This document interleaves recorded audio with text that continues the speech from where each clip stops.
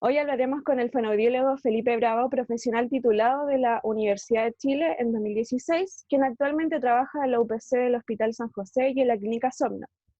El tema que vamos a tocar hoy día es el rol del fonoaudiólogo en el COVID-19.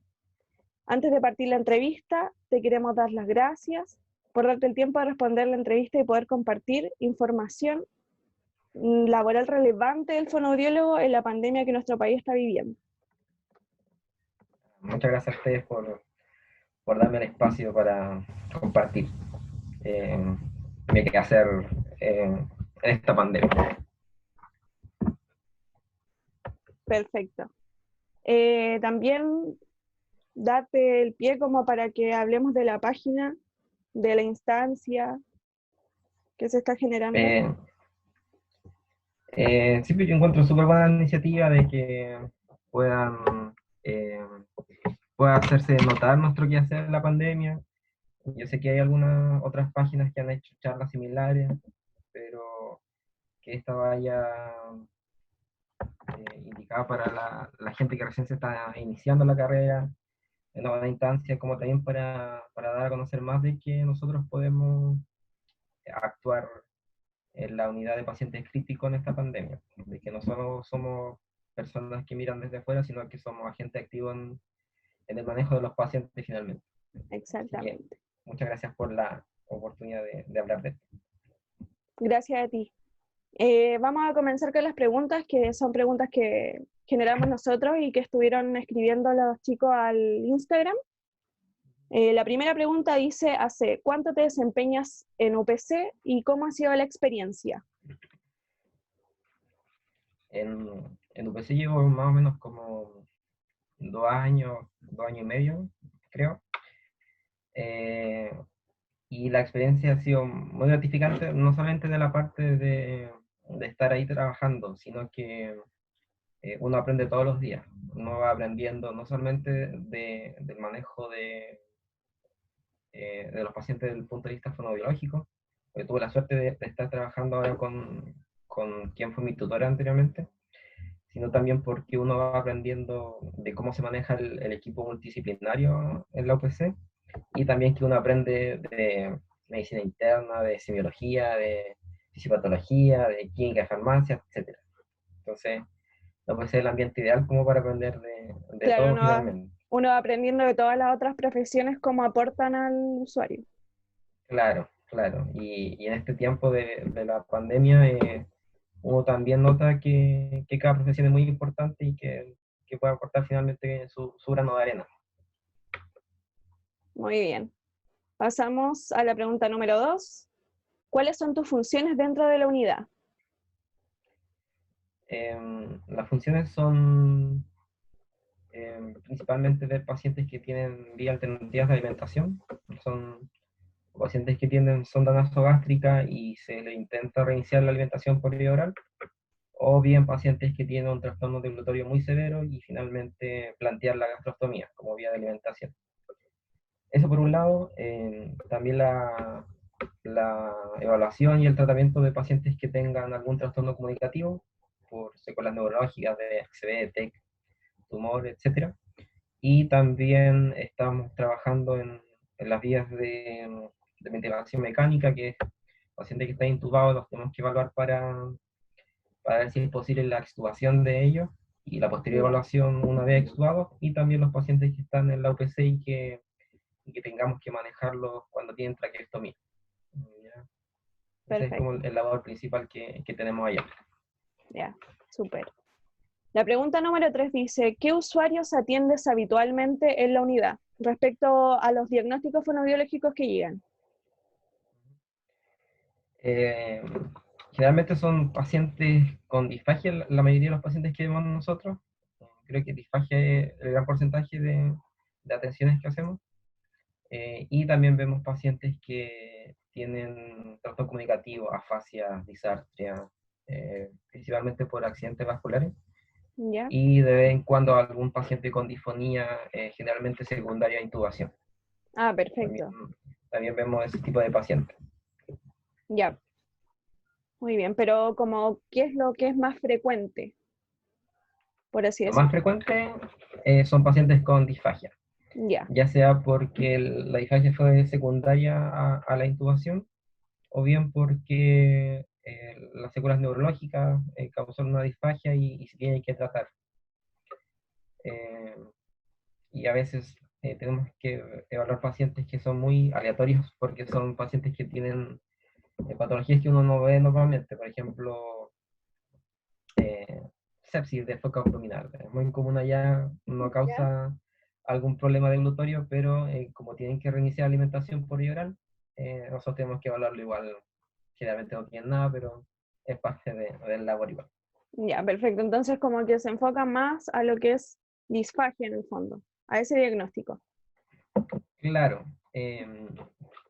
porque son más prevalentes y porque también la idea de nosotros es que los días cama disminuyan y si los pacientes están con una vida alternativa de alimentación, significa de que van a estar de forma más prolongada al final en el Claro, hospital. perfecto. Pasemos a la otra pregunta, es ¿con qué otros profesionales trabajas dentro del equipo?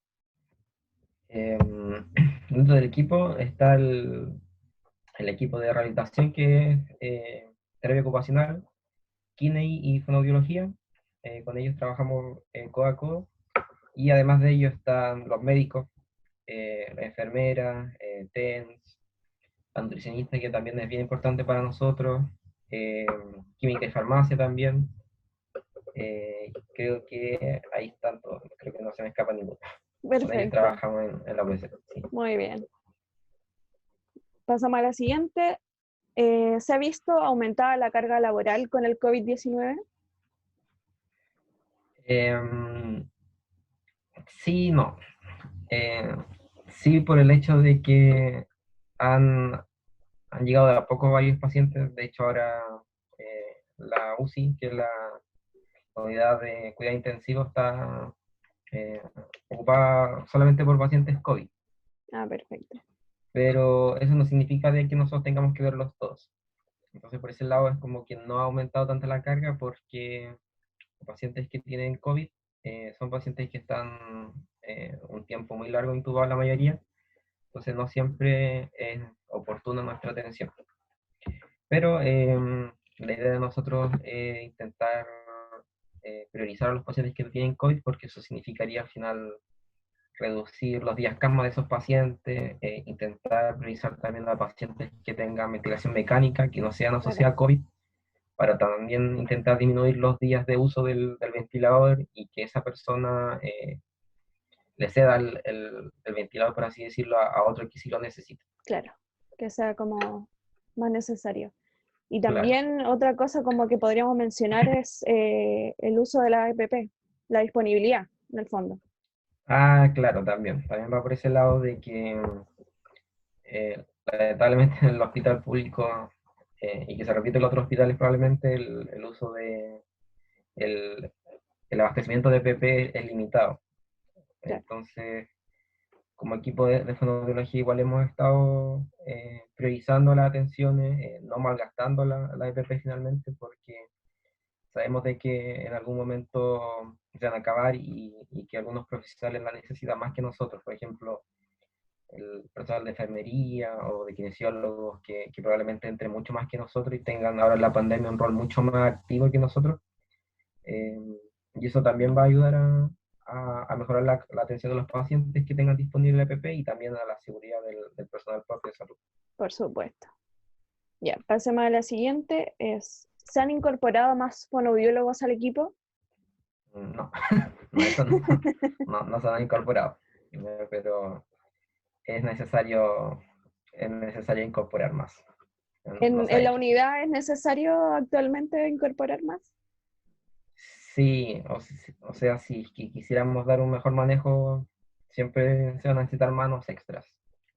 No solamente la UPC, sino que a nivel de hospital desde antes de la pandemia. Así que es necesario más fondos.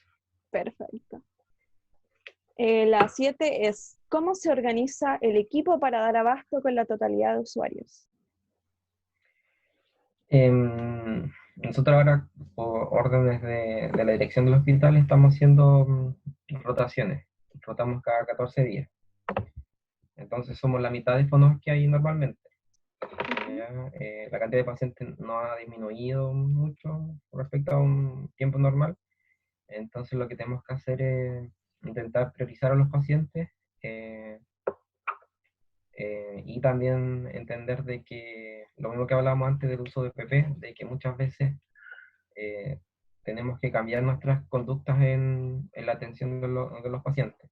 No significa de que nosotros lo estemos dejando de lado, sino que estamos intentando optimizar esas atenciones, por ejemplo, controlando por ficha, o tomando decisiones de forma más precoz, quizá, o priorizando algunos controles, y también, como te mencionaba antes, de priorizar a los pacientes que sabemos de que van a tener, de si tienen una atención nuestra, van a tener una estadía mucho más corta en el hospital.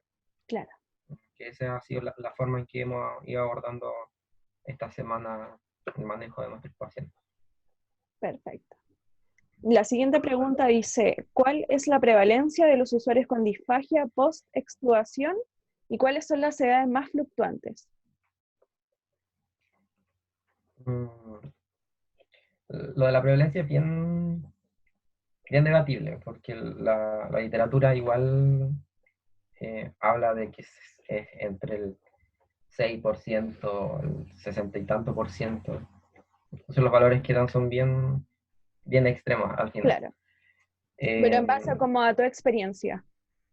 En mi experiencia, yo creo que un tercio de los pacientes al final tienen dificultades deglutorias, ¿ya? De distinta severidad, pero un tercio de ellos tiene algún problema post-extubación. Y en cuanto a la edad, también es muy fluctuante porque depende de diversos factores. Yo que recuerdo he visto personas desde 17 años que tengan problemas deglutorios post-extubación hasta adultos mayores de más Claro. de 80 años que vienen con problemas. Entonces, no es solamente considerar la edad, sino que pueden existir Otros extubaciones factores. dificultosas, claro, de que hayan tenido problemas deglutorios previos, de que la persona sea delgada y el tubo le hizo mucho daño. En las mujeres es mucho más prevalente los problemas deglutorios.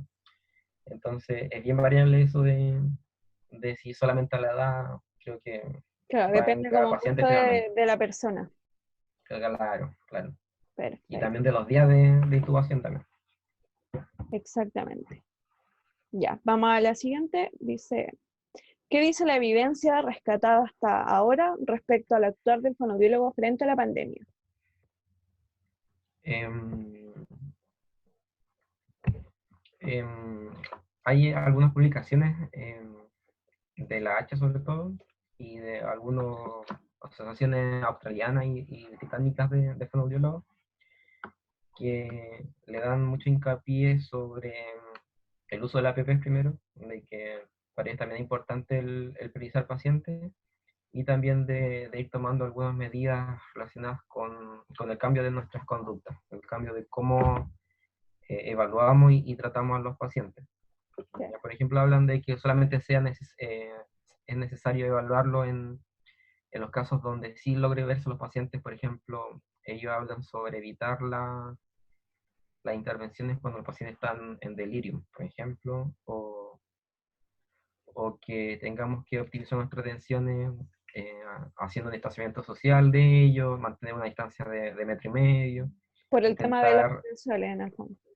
claro, el intentar no hacer procedimientos que tengan relación con la generación de aerosoles, como puede ser el manejo de pacientes con traqueostomía,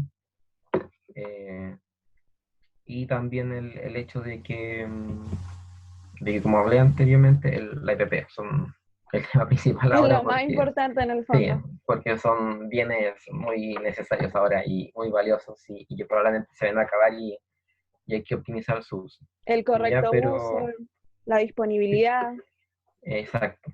Pero en todas estas aplicaciones lo que llega finalmente es de que, a pesar de que cambie nuestra conducta, eso no significa finalmente de que nosotros tengamos que dejar de lado a los pacientes, sino que solamente es Realizar como las optimizar, evaluaciones e intervenciones que sean estrictamente necesarias en el fondo. claro, como optimizar nuestra labor, y todo va a ir en pos nuestras acciones tienen que ir en pos de la mejoría de los pacientes.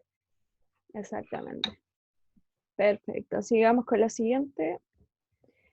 La siguiente dice, ¿cuáles son los pasos a seguir al momento de intervenir a un usuario con COVID? Lo primero, y que también es algo que se menciona actual en la literatura, es que nosotros tenemos que eh, priorizar a los pacientes de acuerdo a cómo está su estado general. ¿Ya?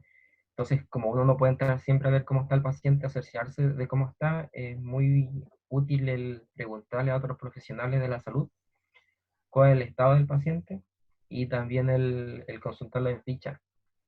¿Ya? Entonces, el Ese primer sería paso como el primer paso. claro, el primer paso sería cerciorarse de que el paciente está en condiciones aptas como para una intervención de nosotros, ya sea o consultando la ficha o consultando a los profesionales que probablemente lo vean de forma seguida, como los TENS, la enfermera, los kinesiólogos, etc. ¿Ya? Ese creo que sería el primer paso. El segundo paso sería llevar todos los materiales con que uno va a intervenir al paciente, ya sea para deglución, comunicación, lo que sea, y ojalá que esos materiales sean materiales desechables porque no, es bien difícil después esterilizar o limpiar el material. Y después el uso de la EPP correspondiente. Ya, ¿y Ya que qué sería PP utilizas tú a diario? en los pacientes con COVID, eh, primero a nosotros nos pasan un traje clínico para toda la UPC, Ya, un traje verde agua.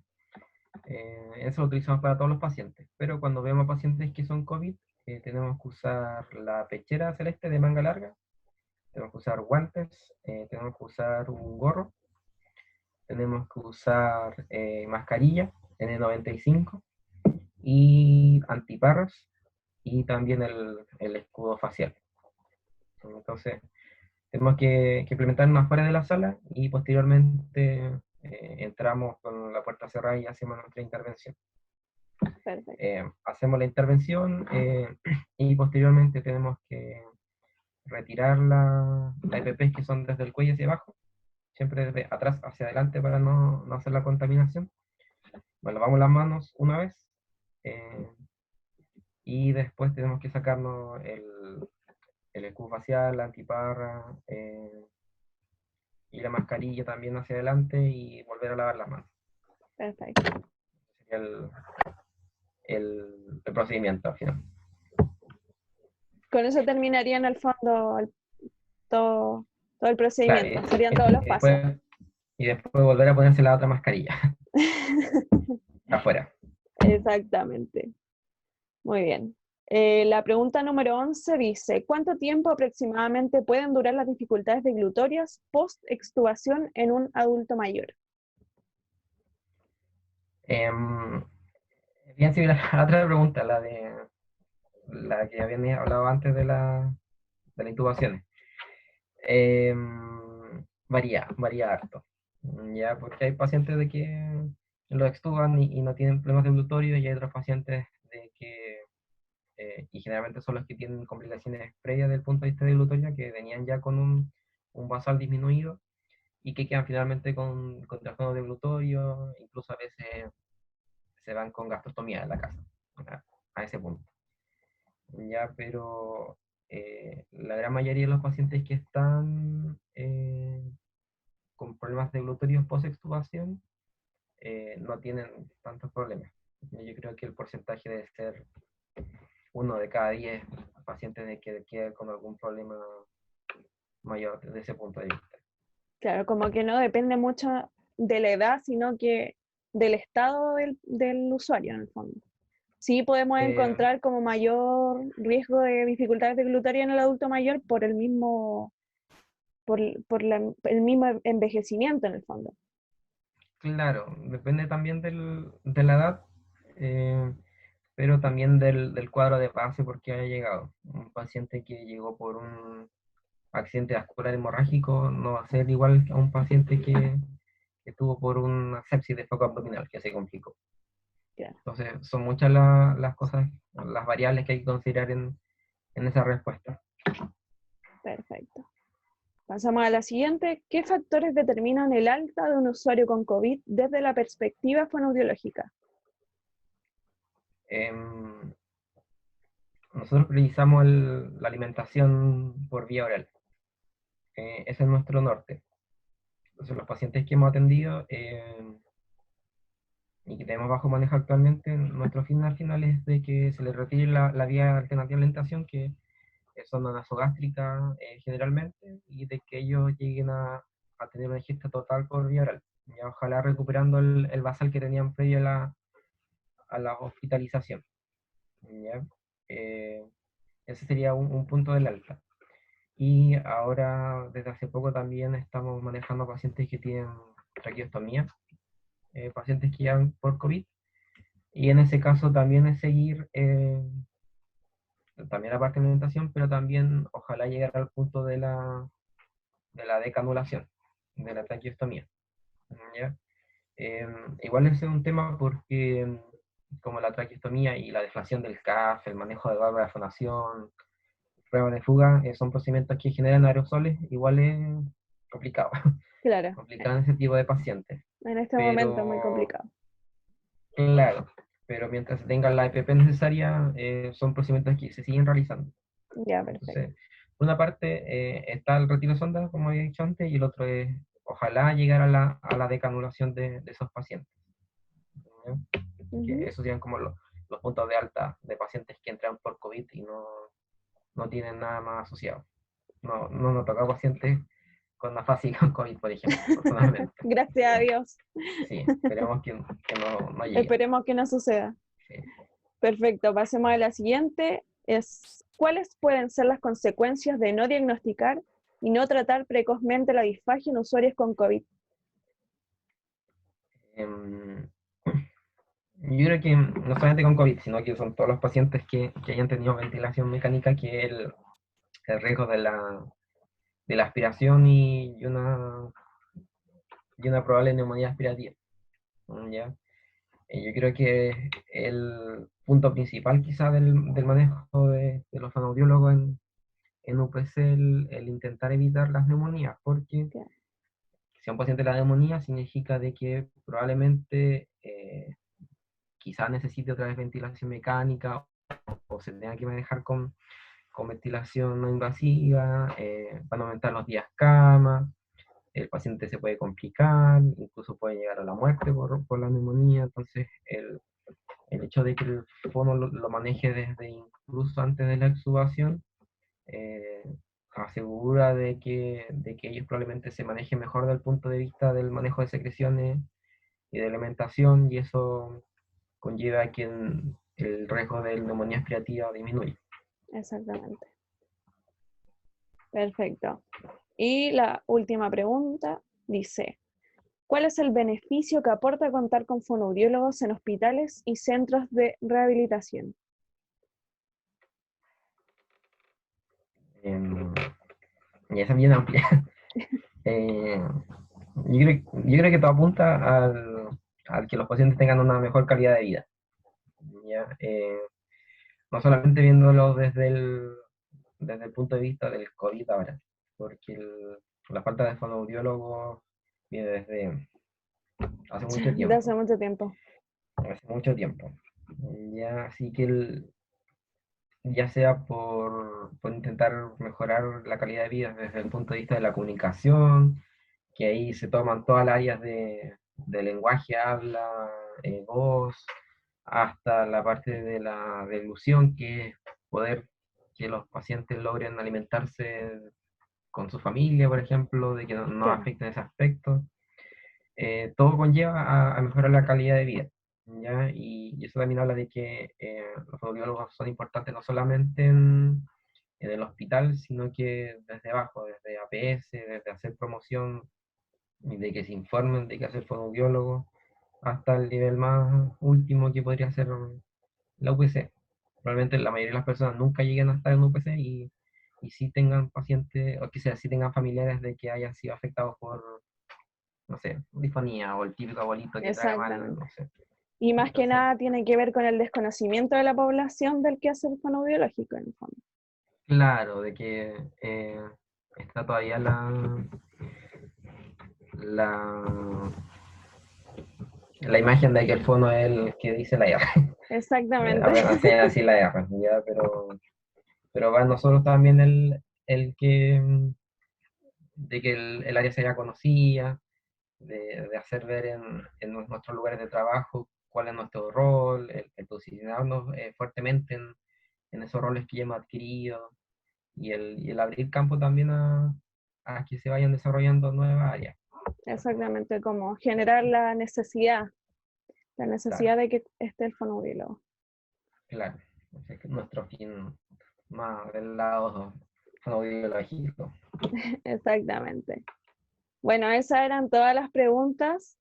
Te doy las gracias por haber entregado este tiempo, por compartir con nosotros sobre el quehacer del fonoaudiólogo frente a la pandemia y frente a la vida en general de todo lo que hace el fonoaudiólogo.